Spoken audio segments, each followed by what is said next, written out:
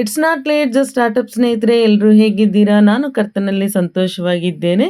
ಈ ದಿನ ನಾವು ಕೀರ್ತನೆಗಳು 75 ಹಾಗೂ 76 ಓದಿ ಧ್ಯಾನ ಮಾಡುವಂತರಾಗೋಣ. ಕೀರ್ತನೆಗಳು 75. ದೇವರೇ, ಕೊಂಡಾಡುತ್ತೇವೆ, ನಿನ್ನನ್ನು ಕೊಂಡಾಡುತ್ತೇವೆ. ನಿನ್ನ ನಾಮ ಮಹತ್ವವು ಸಮೀಪವಾಗಿದೆ. ನಿನ್ನ ಮಹತ್ಕಾರ್ಯಗಳನ್ನು ವರ್ಣಿಸುತ್ತಾರೆ. ದೇವರು ನುಡಿದದ್ದು ಕ್ಲುಪ್ತ ಕಾಲವು ಬಂದಾಗ ನಾನೇ ನೀತಿಯಿಂದ ತೀರ್ಪು ಕೊಡುವೆನು. ಎಲ್ಲ ನಿವಾಸಿಗಳೊಡನೆ ಭೂಮಿಯು ಕರಗಿ ಹೋದರೂ ಅದರ ಸ್ತಂಭಗಳನ್ನು ಸ್ಥಾಪಿಸುವವನು ನಾನೇ. ಹೆಮ್ಮೆಗಾರರೇ, ಕೊಚ್ಚಿಕೊಳ್ಳಬೇಡಿರಿ. ದುಷ್ಟರೇ, ನಿಮ್ಮ ಕೊಂಬುಗಳನ್ನು ಮೇಲೆತ್ತಬೇಡಿರಿ. ಸೊಕ್ಕಿನ ಕುತ್ತಿಗೆಯಿಂದ ಮಾತಾಡಬೇಡಿರಿ ಎಂದು ಹೇಳುವೆನು. ಯಾಕಂದರೆ ಉದ್ಧಾರವು ಮೂಡಲಿಂದಾಗಲಿ ಪಡುವಲಿಂದಾಗಲಿ ಅರಣ್ಯದಿಂದಾಗಲಿ ಬರುವುದಿಲ್ಲ. ದೇವರೇ ನ್ಯಾಯಾಧೀಶನಾಗಿ ಒಬ್ಬನನ್ನು ತೆಗೆದು ಇನ್ನೊಬ್ಬನನ್ನು ಸ್ಥಾಪಿಸುತ್ತಾನೆ. ಯೆಹೋವನ ಕೈಯಲ್ಲಿ ಪಾತ್ರೆಯದೆ, ಅದು ಔಷಧಿ ಮಿಶ್ರವಾಗಿ ಉಕ್ಕುವ ದ್ರಾಕ್ಷಾರಸದಿಂದ ತುಂಬಿದೆ. ಅದರಿಂದ ಹೊಯ್ದು ಹಂಚುತ್ತಾನೆ. ಲೋಕದ ದುಷ್ಟರೆಲ್ಲರೂ ಅದರೊಳಗಿಂದ ಮಡ್ಡಿಯನ್ನು ಸಹ ಕುಡಿದು ಮುಗಿಸಬೇಕು. ನಾನಾದರೂ ಸದಾ ವರ್ಣಿಸುವವನಾಗಿ ಯಾಕೋಬ ವಂಶದ ದೇವರನ್ನು ಸಂಕೀರ್ತಿಸುವೆನು. ದುಷ್ಟರ ಕೊಂಬುಗಳನ್ನೆಲ್ಲ ಮುರಿದು ಬಿಡುವೆನು, ಆದರೆ ಭಕ್ತರ ಕೊಂಬುಗಳು ಎತ್ತಲ್ಪಡುವವು. ಕೀರ್ತನೆಗಳು 76. ದೇವರು ಯಹೂದ ದೇಶದಲ್ಲಿ ಖ್ಯಾತಿಗೊಂಡವನು. ಇಸ್ರಾಯೇಲ್ಯರಲ್ಲಿ ಆತನ ನಾಮವು ದೊಡ್ಡದು. ಸಾಲೇಮಿನಲ್ಲಿ ಆತನ ಬೀಡಾರವಿದೆ. ಚಿಯೋನಿನಲ್ಲಿ ಆತನು ನಿವಾಸಿಸುತ್ತಾನೆ.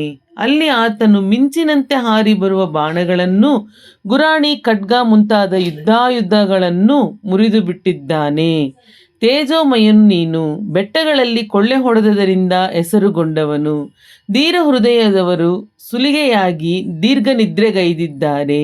ಎಲ್ಲ ಶೂರರ ಕೈ ನಿಂತು ಹೋದವು.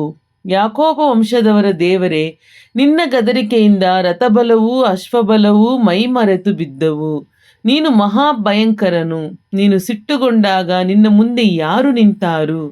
ಪರಲೋಕದಲ್ಲಿರುವ ನೀನು ನಿನ್ನ ನ್ಯಾಯ ವಿಧಿಯನ್ನು ಆಜ್ಞಾಪಿಸುವಾಗ ದೇವರು ಲೋಕದ ದೀನರನ್ನು ರಕ್ಷಿಸಿ ನ್ಯಾಯವನ್ನು ಸ್ಥಾಪಿಸುವುದಕ್ಕೋಸ್ಕರ ಎದ್ದಿದ್ದಾನೆಂದು ಭೂನಿವಾಸಿಗಳು ಭಯದಿಂದ ಸ್ತಬ್ಧರಾದರು. ಮನುಷ್ಯರ ಕೋಪವೂ ನಿನ್ನ ಘನಕ್ಕೆ ಸಾಧಕವಾಗುವುದು. ಕೋಪಶೇಷವನ್ನು ನಡುಕಟ್ಟಿನಂತೆ ಬಿಗಿದುಕೊಳ್ಳುವಿ. ನಿಮ್ಮ ದೇವನಾದ ಯೆಹೋವನಿಗೆ ಅರಕೆ ಮಾಡಿ ಸಲ್ಲಿಸಿರಿ. ಸುತ್ತಣವರೆಲ್ಲರೂ ಭಯಂಕರನಿಗೆ ಕಾಣಿಕೆಗಳನ್ನು ಸಮರ್ಪಿಸಲಿ. ಆತನು ಭೂಪತಿಗಳಿಗೆ ಭಯಪ್ರದನಾಗಿ ಪ್ರಭುಗಳ ಅಹಂಭಾವವನ್ನು ತೊರೆದು ಬಿಡುವನು. ಹಲ್ಲೆಲೂಯಾ. ದೇವರ ಪರಿಶುದ್ಧ ನಾಮಕ್ಕೆ ಸ್ತೋತ್ರ ಉಂಟಾಗಲಿ. ಈಗ ನಾವು ಓದಿದಂತಹ 75 ಹಾಗೂ 76ನೇ ಕೀರ್ತನೆಗಳ ಭಾಗವು ನಿಮಗೆ ಆಶೀರ್ವಾದವಾಗಿತ್ತು ಅಂತ ಹೇಳಿ ನಾನು ವಿಶ್ವಾಸಿಸ್ತೇನೆ. ಈ ಎರಡೂ ಕೀರ್ತನೆಗಳ ಭಾಗಗಳಲ್ಲಿ ಏನಿರುತ್ತೆ ಅಂತ ಹೇಳಿದ್ರೆ, ಗರ್ವಿಷ್ಠರು ಮತ್ತು ಶತ್ರುಗಳಿಂದ ನಾವು ಪಟ್ಟಾಗ, ಶತ್ರುಗಳಿಂದ ಭಯಪೀಡಿತರಾಗಿ ನಾವಿರುವಾಗ ನಾವು ಹೇಗೆ ಇರಬೇಕು, ನಮಗೆ ದೇವರು ಹೇಗೆ ಕಾವಲಾಗಿದ್ದಾರೆ ಅನ್ನೋದು, ಮತ್ತು ಗರ್ವಿಷ್ಠರನ್ನ ದೇವರು ಬಂದು ಇಲ್ಲಿ ಖಂಡಿಸ್ತಾ ಇದ್ದಾರೆ. ಅಂದರೆ ಅವರು ಹೇಳ್ತಿದ್ದಾರೆ ಗರ್ವಿಷ್ಠರಿಗೆ, ನೀವು ಕೊಚ್ಕೊಳ್ಬೇಡಿ, ನೀವು ಹೀಗಿರಬೇಡಿ, ನಿಮ್ಮ ಕೊಂಬುಗಳನ್ನ ನಾನು ಎತ್ತೋದಕ್ಕೆ ಬಿಡೋದಿಲ್ಲ ಅಂತ ಹೇಳಿ.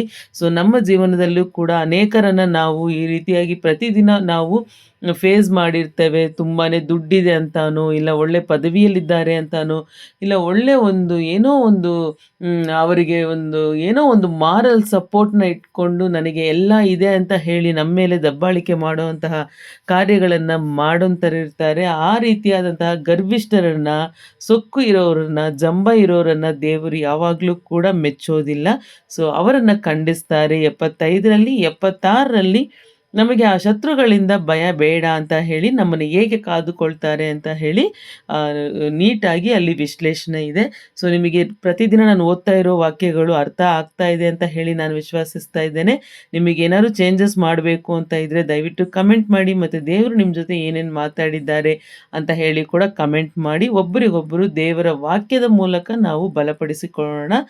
ನೀವೇನಾದರೂ ನಮ್ಮ ಚಾನೆಲ್ನ ಮೊಟ್ಟ ಮೊದಲ ಬಾರಿಗೆ ನೋಡ್ತಾ ಇದ್ದರೆ ದಯವಿಟ್ಟು ಸಬ್ಸ್ಕ್ರೈಬ್ ಮಾಡ್ಕೊಳ್ಳಿ. ನಿಮ್ಮ ಫ್ರೆಂಡ್ಸ್ ಆ್ಯಂಡ್ ಫ್ಯಾಮಿಲಿಗೂ ಕೂಡ ಶೇರ್ ಮಾಡಿ, ಸಬ್ಸ್ಕ್ರೈಬ್ ಮಾಡೋದಕ್ಕೆ ಹೇಳಿ. Thanks for watching. God bless you. Have a good day.